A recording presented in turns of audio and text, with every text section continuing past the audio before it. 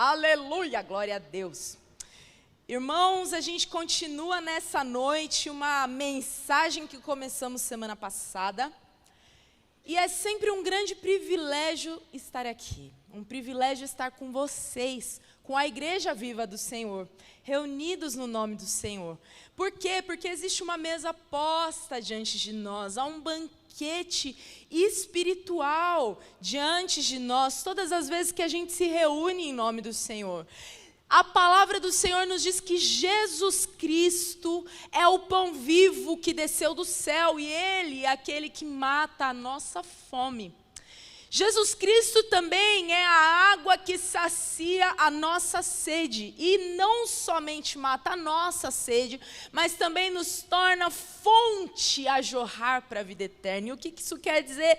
Que não somente as nossas necessidades são supridas, mas também a necessidade daqueles que se aproximam de nós, sedentos por Cristo. Essas pessoas também conseguem ter a sua sede saciada a partir daquilo que Cristo fez em nós e através de nós. Então, meu irmão, se você não lembra assim, se o teu coração está seco, se o teu coração está desértico, e você não lembra a última vez que uma chuva do Senhor foi derramada sobre o teu coração, saiba que a palavra de Jesus pode ser essa chuva nessa noite sobre você, para que você se torne essa fonte a jorrar para a vida eterna, porque com Jesus, irmãos, tudo é pleno, a vida transborda, a alegria transborda e contagia, porque tudo nele é glória, tudo nele é majestade, e é diante desse Rei da glória que nós nos reunimos nesta noite. Então que você se deixe ser ministrado pelo doce Espírito do Senhor, e que você se deixe ser envolvido por essa vida abundante do reino de Deus, em nome de Jesus. A gente se propôs a mergulhar nas águas do Espírito de Deus para aprender mais a respeito da oração das orações com Jesus Cristo, né? A oração do Pai Nosso. E quanta profundidade, irmãos, a gente encontra nas águas do rio desse Deus. E que o rio de Deus flua pelos lugares secos da tua alma. Que ele flua, irmão, flua pelos lugares secos da tua alma. Porque só a palavra dele pode saciar o teu coração. Talvez no meio de todas as passagens bíblicas que a gente conheça, a mais conhecida, aonde quer que a gente vá, que o cristianismo já tenha sido de alguma forma plantada, é essa, a oração do Pai Nosso. Cristãos e não cristãos, praticantes e não praticantes, conhecem a oração do Pai Nosso de cor e salteado. Todo mundo é muito familiarizado com o som das palavras dessa oração. Mas John Bunyan, o autor de O Peregrino, ele vai dizer algo mais ou menos assim. Imagine por um segundo apenas um mundo onde as pessoas conhecem mais do que o som das palavras do Pai Nosso. Um mundo onde o espírito e o propósito dessa oração fossem tão bem conhecidos quanto o som das palavras do Pai Nosso. Certamente seria um mundo, um lugar muito mais feliz. São poucas as palavras que a gente encontra aqui nessa oração. E aí, muitas vezes, a gente se vê tentado a pensar que existem temas muito mais profundos e muito mais interessantes dentro da teologia, dentro da Bíblia, para a gente se aprofundar, é ou não é? Mas, irmãos, a gente até que teria razão mesmo, se caso essa oração do Pai Nosso fosse um método que tivesse sido produzido por um homem, um ser humano como eu e você. Com certeza teria um momento em que a gente esgotaria esse tema. Por quê? Porque tudo que é humano, tudo o que é terreno, tem começo, tem meio e tem fim. Mas aqui se tratam de palavras de vida eterna que jorraram da mente, do coração e do Espírito de Cristo Jesus. Palavras que fluíram da eternidade. E a gente pode passar então uma vida inteira meditando só nesse texto do Pai Nosso, e a gente vai continuar extraindo verdades dessas palavras, e aí a gente vai chegar no fim dos nossos dias, que a gente não sabe muito bem quando é o fim, mas a gente sabe que vai haver um momento em que chegará o fim dos nossos dias, e a gente percebeu que toda a nossa vida, ainda assim, foi insuficiente para a gente desfrutar de toda a beleza que flui da boca do nosso Senhor. E aí, nesse momento, a gente vai poder dizer como Paulo, lá em Romanos 11, a partir do versículo 33, que ele diz assim: ó, profundidade da riqueza, tanto da sabedoria como do conhecimento de Deus. Quão inexplicáveis são os seus juízos e quão insondáveis são os seus caminhos. Pois quem conheceu a mente do Senhor? Ou quem foi o seu conselheiro? Ou quem primeiro deu alguma coisa a Deus para que isso lhe seja restituído? Porque dele, por meio dele e para ele são todas as coisas, a Ele seja a glória para sempre. Amém. Fazendo uma breve recapitulação do que a gente viu semana passada, essa oração, ela tem uma estrutura. A oração do Pai Nosso, ela nos traz uma estrutura que não é só para a gente decorar, com o propósito de orarmos juntos, em comunidade de fé, mas também tem o objetivo de nortear as nossas palavras e de moldar o meu e o seu coração quando nós estamos orando com o Pai em secreto. Semana passada a gente falou sobre a introdução e as 3 primeiras petições dessa oração. Introdução: Pai Nosso que estás no céu. Primeira petição: santificado venha o teu nome, venha o teu reino, seja feita a tua vontade. Eu recomendo que você visite essa pregação. Se você não pôde estar aqui semana passada, a gente lá fala um pouco sobre a primeira parte dessa oração. E hoje nós seguimos falando sobre as 4 últimas petições. Então, abra aí a sua Bíblia em Mateus 6. Amém? Mateus 6, a partir do versículo 11. Vamos ler as 4 últimas petições.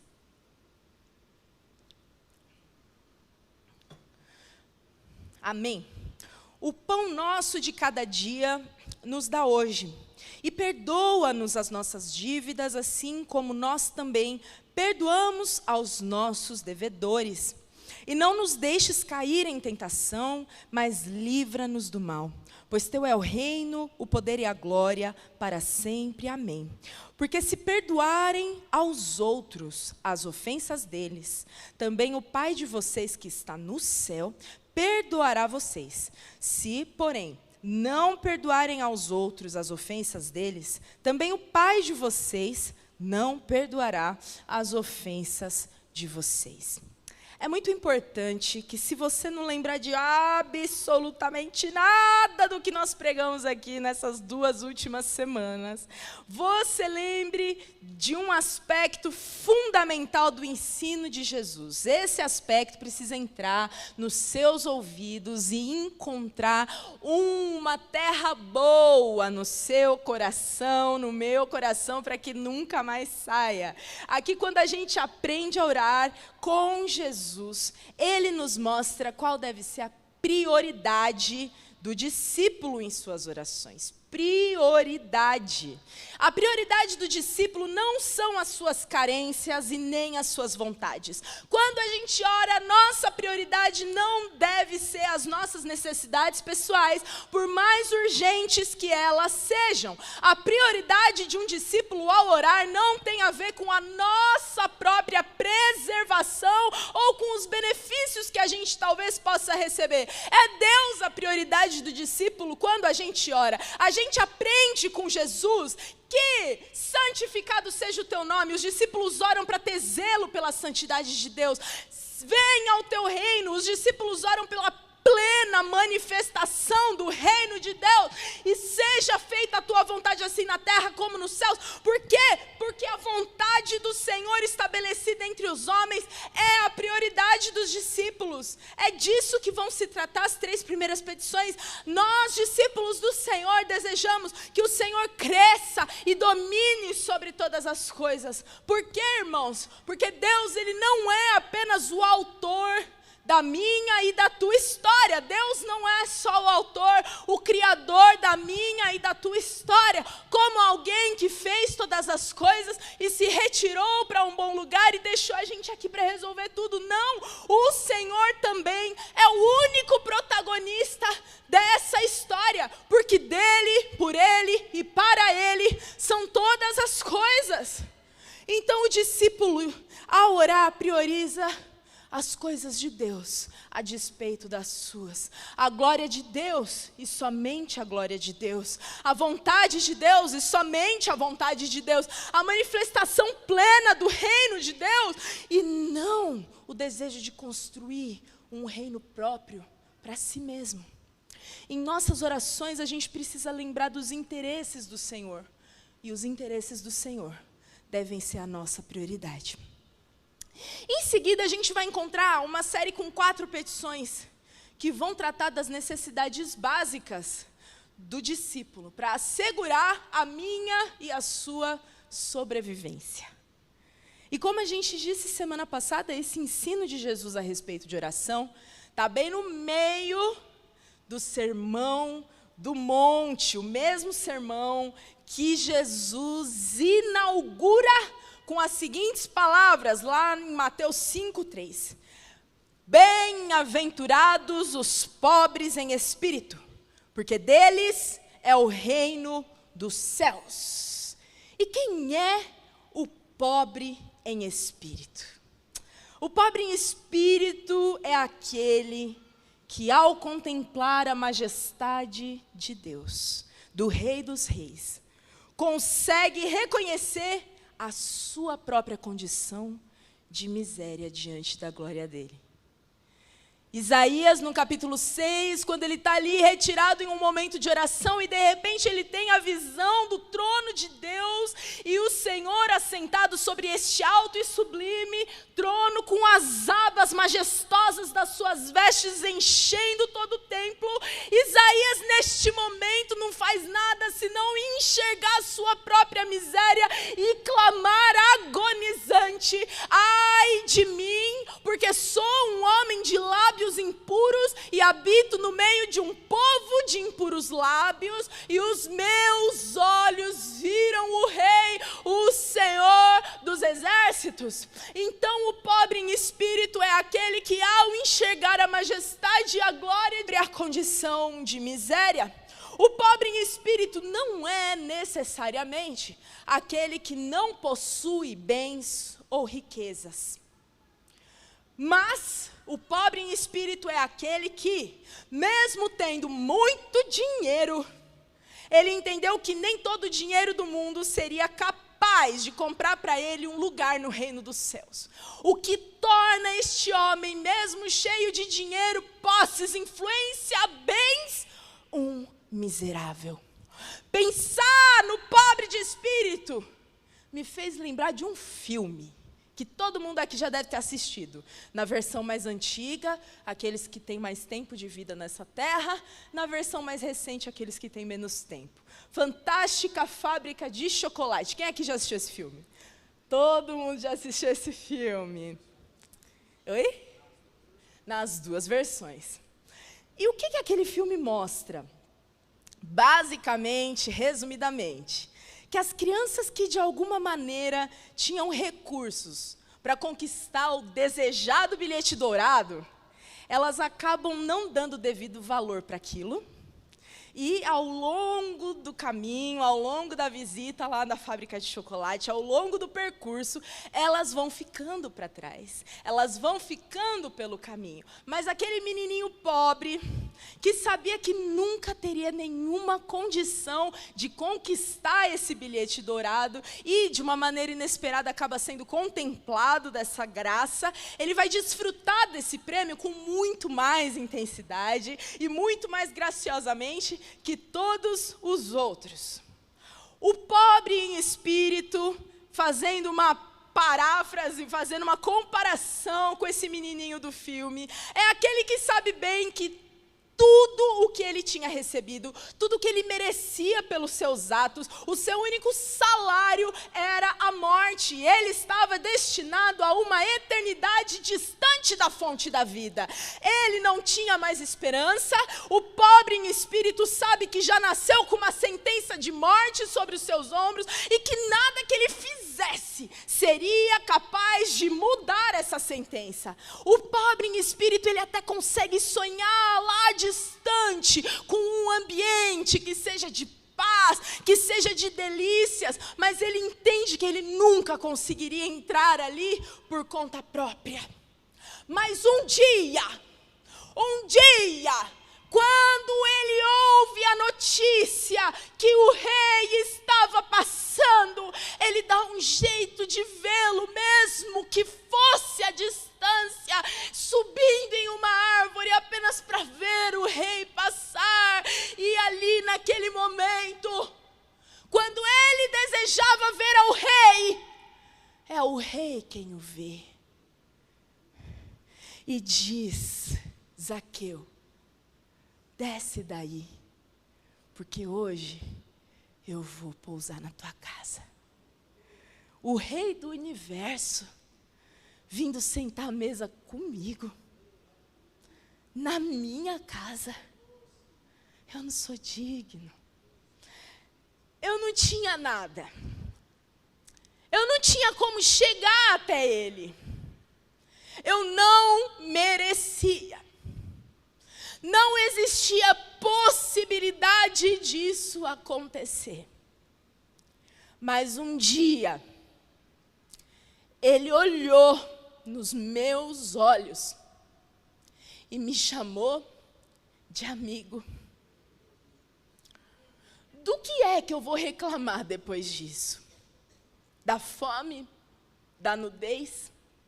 Do perigo? Da espada? Ele está em mim e eu estou nele.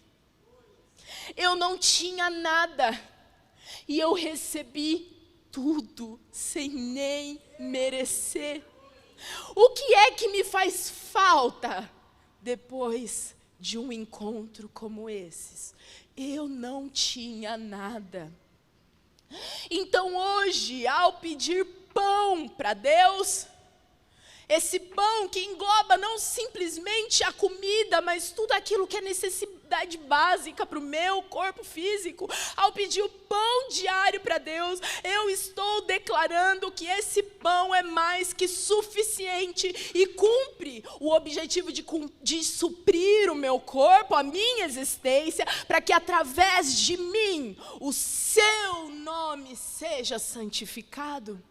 O sustento que Deus generosamente derrama do céu sobre as nossas vidas, nos fortalece para que através de nós, de mim e de você, Cristo, Rei da Glória, se manifeste aos homens, para que a gente possa cumprir a sua boa vontade.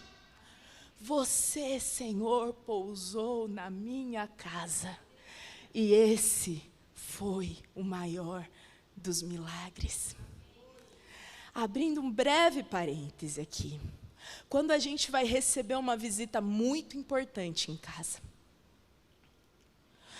parece que aqueles defeitos que até então a gente não tinha reparado começam a surgir, não é? Uma vez a gente foi receber um casal em casa, pessoas assim importantes, e a gente assim fez aquela mega faxina, a faxina do ano.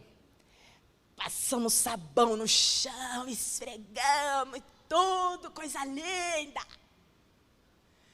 Só que o nosso sofá era daquele Corino, sabe?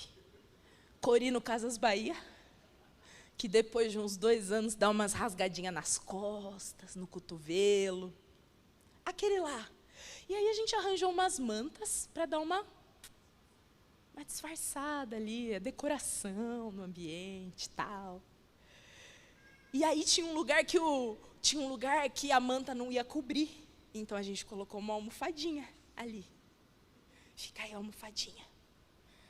A pessoa chegou em casa, a primeira coisa que ela fez foi pegar a almofada. A gente, não! Depois disso a gente decidiu trocar de sofá. Aleluia. Mas quando a gente vai receber uma visita importante em casa, parece que os defeitos da casa começam a aparecer. Aquela manchinha na parede, o rasgadinho do sofá, e isso incomoda muito a gente. Imagine só, irmãos, receber em nossa casa o Rei da Glória. A palavra do Senhor diz que as abas das suas vestes tão majestosas enchiam o templo. E aí, olha a graça de Deus sobre mim e sobre você. As abas das suas vestes também vão encher a nossa morada, o nosso coração, de maneira que os nossos defeitos, os nossos pecados vão sendo cobertos de luz, cobertos de glória, e nós nos tornamos um reflexo da sua própria majestade. E aí podemos declarar como Paulo em Gálatas: não vivo mais eu, mas Cristo vive em mim. E a vida que hoje eu vivo neste corpo, nesta carne, eu vivo pela fé no Filho de Deus, que me amou. Ele me amou, Ele me amou e se entregou por mim. O Rei de toda a terra decidiu habitar em nós. O que é que se compara a isso? Orar pelo pão de cada dia é reconhecer que as nossas necessidades são supridas pelo próprio Deus. Necessidade. Uma palavra que a gente detesta. Ela é dura para o nosso coração pecaminoso. Não gosto de passar necessidade. Vou fazer tudo para que os meus não passem necessidade. Não gosto de necessidade. Você precisa de alguma coisa, irmão? Não. Obrigado.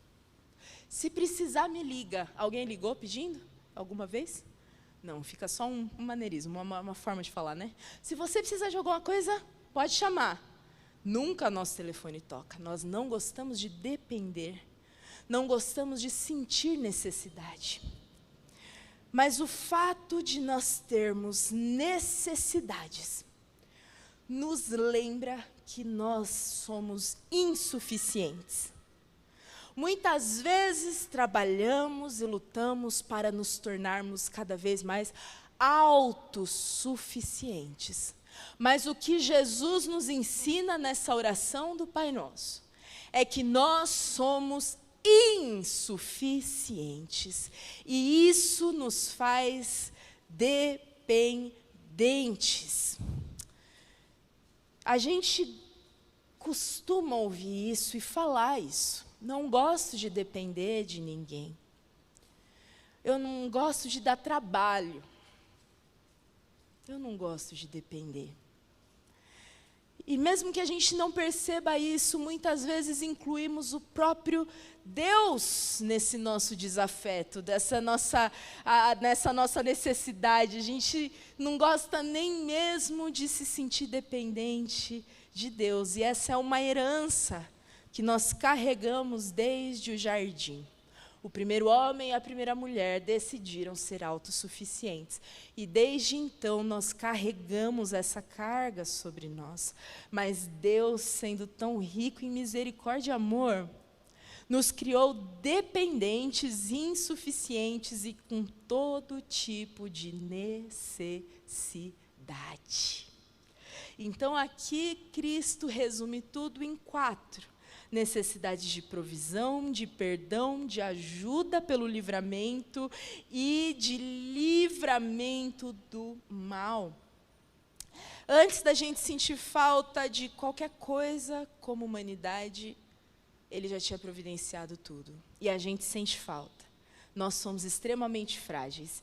Se a gente não escova o dente, a gente perde os dentes. Se a gente não come direito, a gente fica doente. Se a gente não bebe o tanto de água que tem que beber, tudo nosso tem que ser metricamente cuidado, porque senão a gente adoece e pode vir a falecer. Nós somos seres cheios de todo tipo de necessidade. E o Senhor, em Gênesis 1 e 2, a gente vê o Senhor criando um ambiente com tudo aquilo que a gente precisava para viver e existir. Todas as coisas estavam naquele jardim. Tudo do bom e do melhor. E aí, de repente, depois de estar tudo pronto, o Senhor vai e planta o homem naquele jardim. O Senhor sabe exatamente o que eu e você precisamos, meus irmãos. Um momento de muita dificuldade que a gente passa algumas. Nem dá para escrever livro, mas passa algumas. Eu orando ao Senhor e clamando, Senhor, o Senhor sabe, tal e tal e tal. E aí me veio uma música, o Senhor fala muito comigo pela música, né? E aí veio uma música na minha cabeça, do Projeto Sola, que fala assim: se o Senhor é meu pastor, aquilo que eu não tenho, eu não preciso. Aquilo fez o meu coração descansar. A situação não mudou naquele momento. Mas o fato de eu saber que tudo aquilo que eu já precisava, o Senhor já tinha me dado, aquilo que eu não tenho, eu não vou me preocupar. O Senhor é o meu pastor. Ele é o meu provedor. Então, ao pedirmos o pão nosso de cada dia, a gente está aqui reconhecendo que é do Senhor que vem o nosso sustento e que nós dependemos do Senhor para sobreviver. O teu salário, meu irmão, não vem das suas milhares de horas de trabalho, o teu salário vem do Senhor. Por quê? Porque se o Senhor tira o seu fôlego, tira a sua saúde, você também não tem trabalho. Se o Senhor dá um boom na empresa, você não tem mais como sobreviver. Então tudo veio do Senhor, mas mesmo que hoje você não tenha uma renda, mesmo que hoje você esteja assim num momento em que você não tem condições de trabalhar, você está desempregado, não sei, mesmo assim não vai te faltar o pão, porque quem assegura a tua vida, a minha vida é o Senhor. E ao chamar esse pão nosso, o pão nosso de cada dia, Jesus ele está conduzindo a gente lá para o deserto, naquela peregrinação de 40 anos, em que o maná caía 6 vezes na semana, sendo que apenas no 6º dia você poderia acumular uma porção dobrada para que você pudesse consumir no 7º dia sem trabalhar. E se alguém tentasse por acaso acumular maná extra em algum dos outros dias, na tentativa de assegurar a sua autossuficiência, a sua própria sobrevivência, essa pessoa teria uma terrível surpresa. Quando ela fosse ver, a sua reserva extra estaria completamente podre. O pão que eu peço é diário, para que eu nunca me esqueça que a minha vida é sustentada por Deus. Nele vivemos, nos movemos e existimos. Mas além desse pão ser diário, irmãos, ele também é um pão nosso. E nisso a gente consegue ver o Senhor junto com seus discípulos, partilhando daqueles cinco pães e 2 peixinhos para aquela enorme multidão. E ali a gente lembra que a dádiva do alimento não é exclusivamente minha, mas é nossa. A partilha naquilo que vem de Deus, a entrega naquilo que vem de Deus. E ao darmos graças ao Pai, a gente vive o milagre da multiplicação, daquilo que parecia tão pouco aos nossos olhos, mas é porque o pão nosso de cada dia veio do Senhor, que eu consigo viver novamente o milagre da multiplicação. É ou não é? Na tua vida tem sido assim ou não tem sido?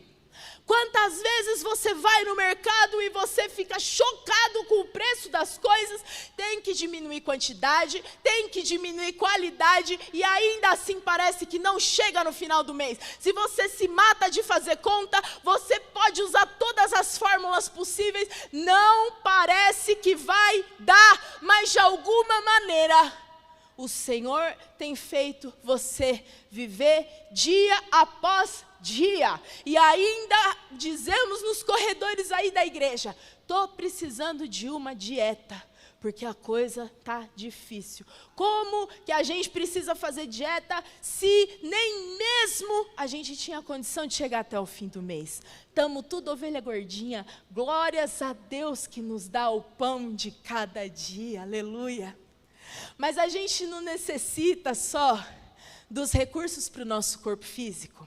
A quinta petição, que é, perdoa as nossas dívidas, está aqui, para nos fazer reconhecer mais uma vez, a nossa miséria, a nossa pecaminosidade e a nossa carência da graça do Senhor. Interessante, irmão, que se você analisa o texto, existe uma ligação entre todas essas 4 petições. Então, Jesus fala assim, olha, o pão nosso de cada dia nos dá hoje e perdoa as nossas dívidas, assim como nós perdoamos aos nossos devedores. Há uma ligação. E um estudioso, ele concluiu o seguinte, que sem o perdão, todas as coisas boas dessa vida não nos valerão de nada. Um homem no corredor da morte, ele pode ter do bom e do melhor para comer e para vestir, mas de que vale a melhor dieta, a melhor vestimenta, se ele permanece sob a sentença de uma morte iminente? Alguém também afirmou assim, o pão nosso de cada dia apenas nos engorda como cordeiros para matança, se os nossos pecados não forem perdoados. Pecado, pecado, pecado, pecado, palavra difícil. Pecar é grave, pecado é grave. Não minimize esta palavra pecado. Pecado é grave, pecar é se rebelar contra o próprio Criador, é virar as costas para a fronte da vida, e por isso o pecado nos leva à morte. Essa dívida a gente jamais poderia pagar. Assim como nós precisamos do pão para cada dia, nós precisamos do perdão para cada um dos nossos dias.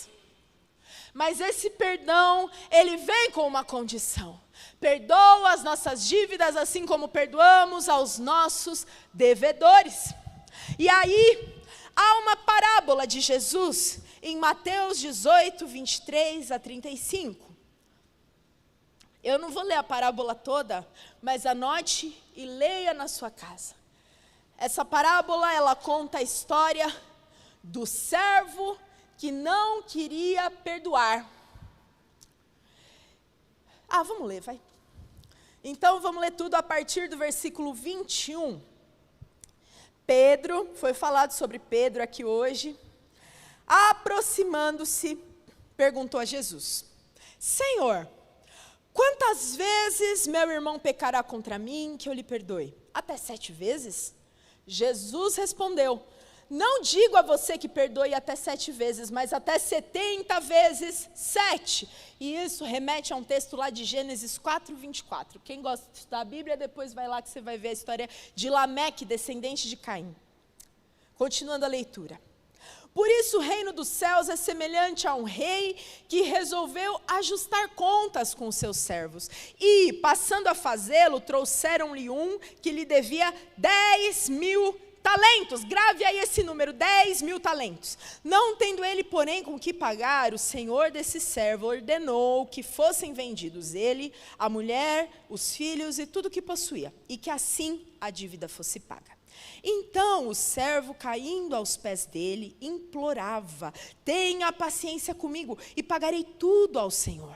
E o senhor daquele servo, compadecendo-se, mandou-o embora e perdoou-lhe a dívida. Saindo, porém, aquele servo, encontrou um dos seus conservos, que lhe devia 100 denários. Grave aí, 100 denários.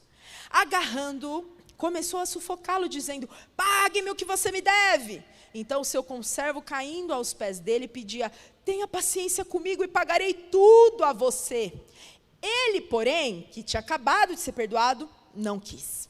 Pelo contrário, foi e lançou o conservo na prisão, até que saudasse a dívida.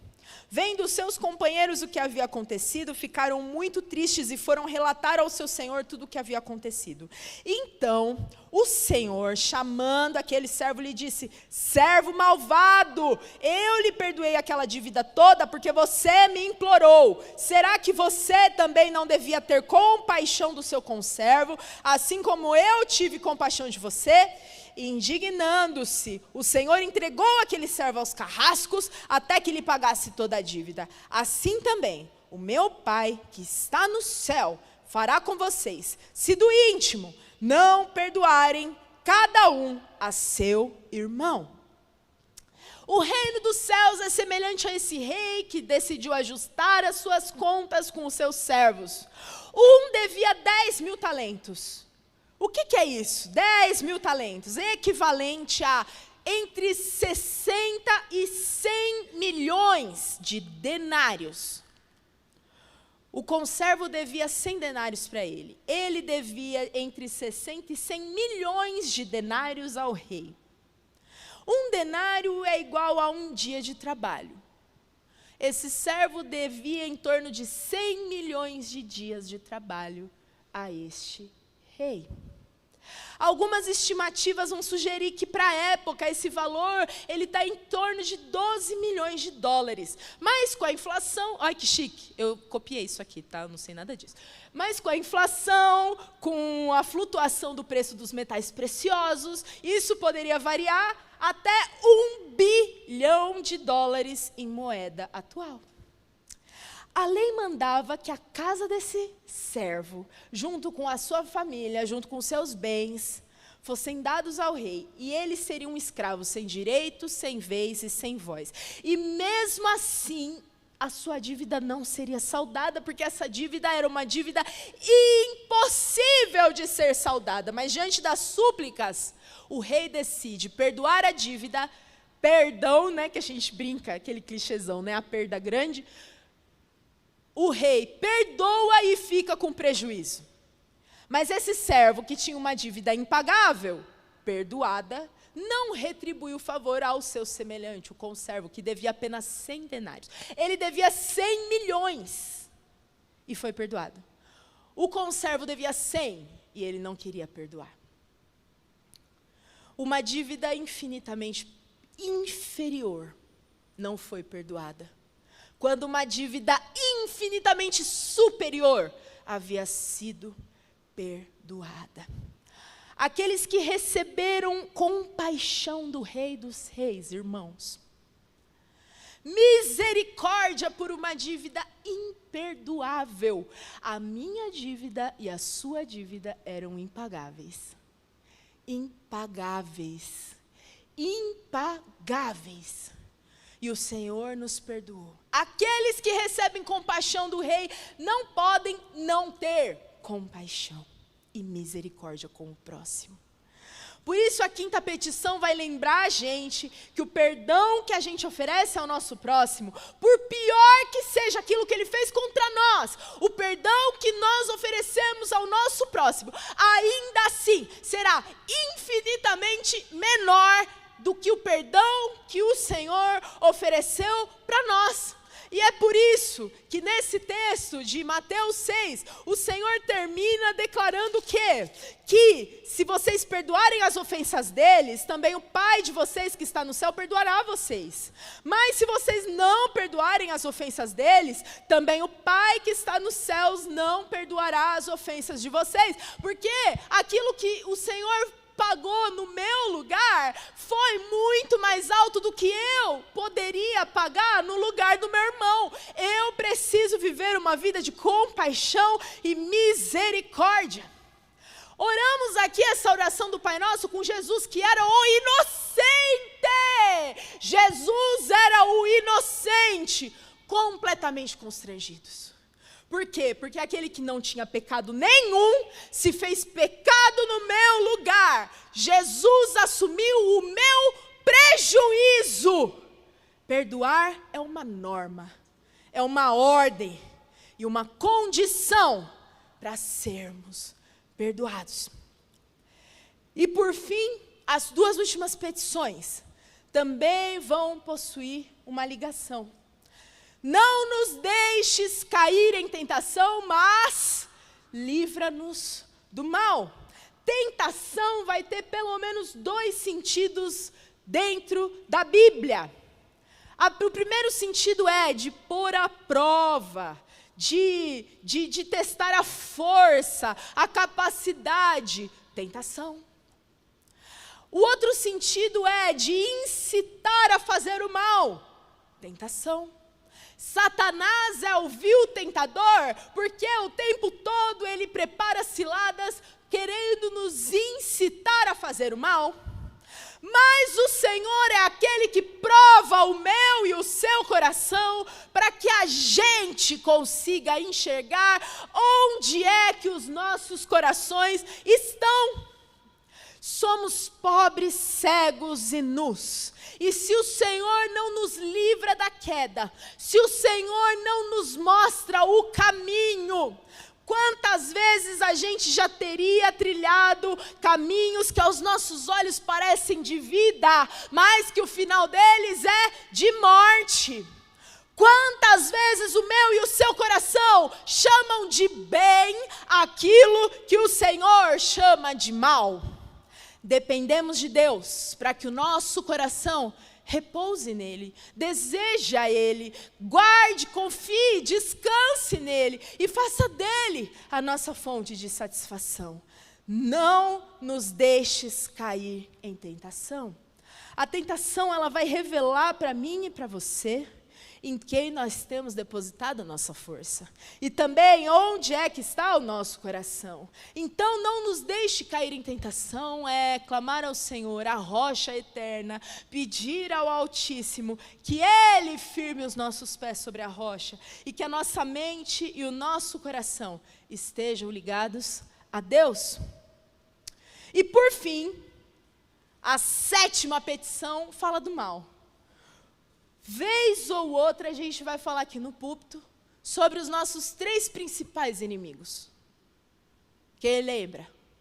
Satanás, o mundo e o nosso próprio eu, a nossa carne.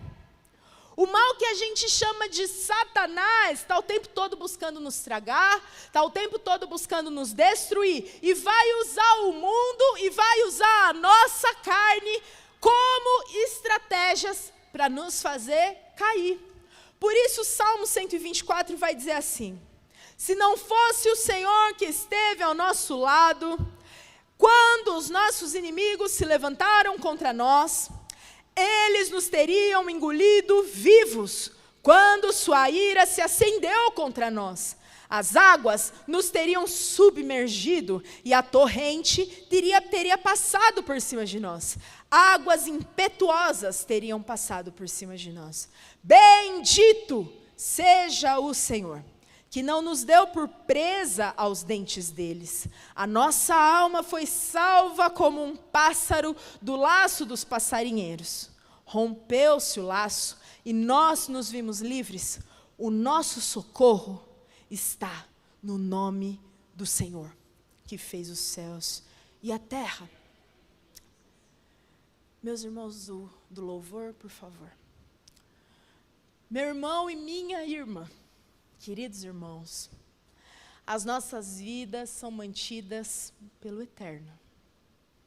A gente respira um ar que a gente não criou. O coração que bate no nosso peito, ritmado, bate porque o Senhor garante a nossa vida. A oração do Pai Nosso nos ensina a ser gratos. E alinha, orienta o meu e o seu coração, orienta os nossos afetos, os nossos amores. A oração do Pai Nosso, ela pode ser uma versão estendida do diretor para Mateus 6,33, que diz: buscai primeiro o reino de Deus e a sua justiça, e as demais coisas vos serão acrescentadas. Aqui a gente aprende com Jesus a fazer de Deus a nossa maior prioridade e a reconhecer que não existe absolutamente nada na nossa vida que não tenha vindo de Deus, do seu trono, da sua glória, da sua bondade, da sua sabedoria.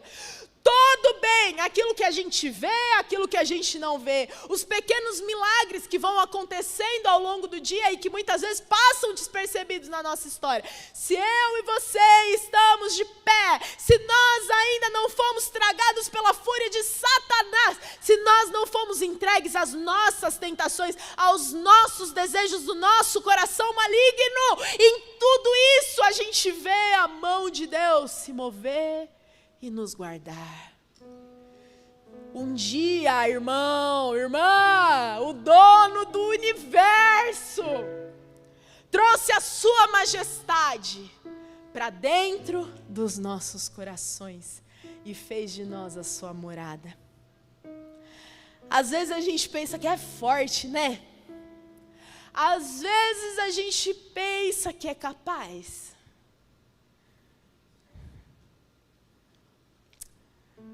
Mas o Senhor nos fez dependentes, total e completamente dependentes do grande eu sou. Então, irmãos, a gente só consegue terminar a exposição dessa oração da mesma maneira que nós começamos ela. Pai nosso que está nos céus. Nós começamos ela adorando a esse Pai nosso que está nos céus. E nós só podemos terminar essa oração adorando ao Senhor. Teu é o reino, teu é o poder, e tu é a glória para sempre. Amém. Amém. Chegamos ao fim dessa exposição. O Senhor é maravilhoso, irmãos. Como a gente poderia imaginar que de dentro de poucos versículos assim, haveria tanta coisa para mover o seu coração. Então, eu peço que as luzes sejam abaixadas, apagadas agora, que a gente possa fechar os nossos olhos, refletir a respeito do nosso próprio coração, enquanto o louvor entoa essa canção. Que o Senhor nos perdoe, que Ele nos transforme, que Ele nos conserte, nos corrija. E que em tudo isso a gente possa ter um coração que o adore, que o louve. Porque mesmo reconhecendo a nossa fraqueza, a glória dEle continua intacta e habitando dentro de nós. Isso é milagroso. E nós nos rendemos ao seu poder, Senhor. Senhor Deus do universo, o Senhor Deus de toda a criação, que com amor nos gerou, Pai, que preparou todas as coisas de antemão, para que pudéssemos ter uma vida boa, uma vida plena, uma vida bem-aventurada no Senhor, Pai. Senhor, obrigado por, a partir dessas duas mensagens, Pai, nos ensinar a ser gente, Pai, a viver como gente, a viver como ser humano do qual o Senhor criou, Pai. Possamos então direcionarmos a nossa oração a Ti, ao Deus eterno, ao Pai nosso, que possamos clamar pela Tua santidade, que possamos clamar pelas coisas celestes, que possamos, Senhor, suplicar a Ti pelo pão de cada dia, que o Senhor venha nos livrar de todo mal, que possamos caminhar em novidade de vida, sabendo que uma dívida foi paga, uma dívida imperdoável, e que assim possamos, Senhor, ser e viver, Pai, perdoando também. Obrigado, Senhor, por mais essa noite. Obrigado, Senhor, por não desistir de nós. Obrigado pela paciência amorosa que o Senhor tem com as nossas vidas. Nos conduz em paz e segurança, numa semana de paz e segurança, numa semana de alegria, sabendo que o pão nosso vem do Senhor. Livra-nos, Senhor, de todo mal, e que possamos, Senhor, cantar a Ti, somente a Ti, a glória para todos sempre, amém. Portanto, que o amor de Deus, o Pai, que a graça do Filho Jesus e com a comunhão e a consolação do Espírito Santo de Deus seja com cada um de nós, seja com cada irmão, irmã de longe, com cada irmão, irmã que está perto, em nome de Jesus, em nome de Jesus. E nós queremos, Senhor, terminar cantando a Ti, a Ele a glória, a Ele a glória, a Ti a glória pelos séculos dos séculos, a Ti a glória, a honra pelos séculos dos séculos, em nome de Jesus. Vão na paz, amada igreja, vão na paz do Senhor, em nome de Jesus.